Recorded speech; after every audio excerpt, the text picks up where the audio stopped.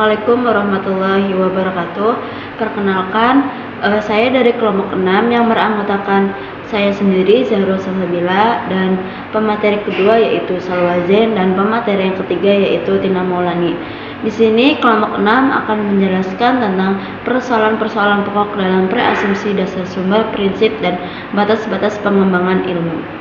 Pengembangan ilmu pengetahuan tidak terlepas dari berbagai persoalan mendasar yang berkaitan dengan preasumsi, sumber, prinsip, dan batasan yang ada. Preasumsi dasar menjadi fondasi yang membentuk cara pandang ilmiah, mengaruhi metode penelitian, dan menentukan validitas hasil yang diperoleh.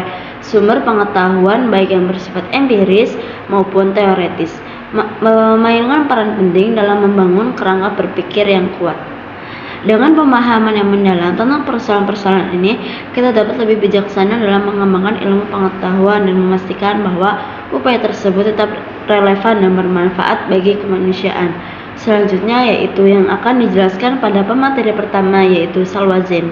Baik, di sini saya akan menjelaskan tentang pengertian preasumsi dan asumsi dasar dalam pengembangan. Yang pertama ada preasumsi dasar.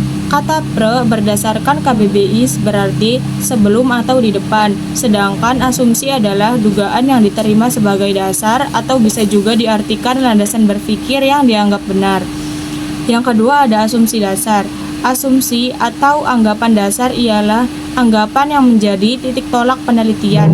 Asumsi secara implisit terkandung dalam paradigma, perspektif, dan kerangka teori yang digunakan dalam penelitian. Lalu ada sumber-sumber dalam pengembangan ilmu.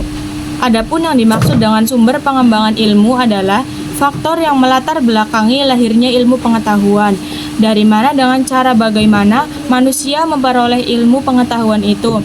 Maka setidaknya ada beberapa sumber pengembangan ilmu. Yang pertama, empirisme atau pengalaman manusia. Dengan ini muncul aliran empirisme yang dipelopori oleh John Locke. Manusia dilahirkan sebagai kertas putih. Pengalamanlah yang akan memberikan lukisan kepadanya. Yang kedua ada rasionalisme atau pikiran manusia. Hal ini melahirkan paham rasionalisme yang berpendapat bahwa sumber satu-satunya dari manusia adalah rasionya atau akal budinya. Pelopornya ialah René Descartes. Yang ketiga ada intuisionisme atau intuisi. Secara etimologis, intuisi berarti langsung melihat pengertian secara umum, merupakan suatu metode yang tidak berdasarkan penalaran maupun pengalaman dan pengamatan indera. Yang terakhir ada wahyu Allah. Wahyu Allah adalah pengetahuan yang disampaikan oleh Allah kepada manusia lewat para nabi yang diutusnya, sejak nabi pertama sampai nabi terakhir. Wahyu adalah isyarat yang cepat atau bisikan halus atau firman Tuhan yang disampaikan kepada para anbiya. Para filsufus muslim juga mengakui wahyu sumber ilmu pengetahuan atau wahyu itu sebagai sumber dari ilmu pengetahuan. Baik, selanjutnya prinsip pengembangan ilmu. Pada prinsip, filsafat merupakan fondasi berpikir secara baik yang dapat digunakan sebagai tinjauan sebuah pengetahuan. Secara komprehensif, sebuah ilmu dapat dikatakan sebagai ilmu pengetahuan. Dan yang terakhir, ada batas-batas pengembangan ilmu. Yang pertama ada batas epistemologi, batasan kemampuan manusia dalam memahami pengetahuan berdasarkan alat indera dan akal. Yang kedua ada metodologis. Tidak semua fenomena bisa dijelaskan dengan metode ilmiah yang ada. Yang ketiga, batasan sosial budaya. Ilmu berkembang dengan sosial budaya.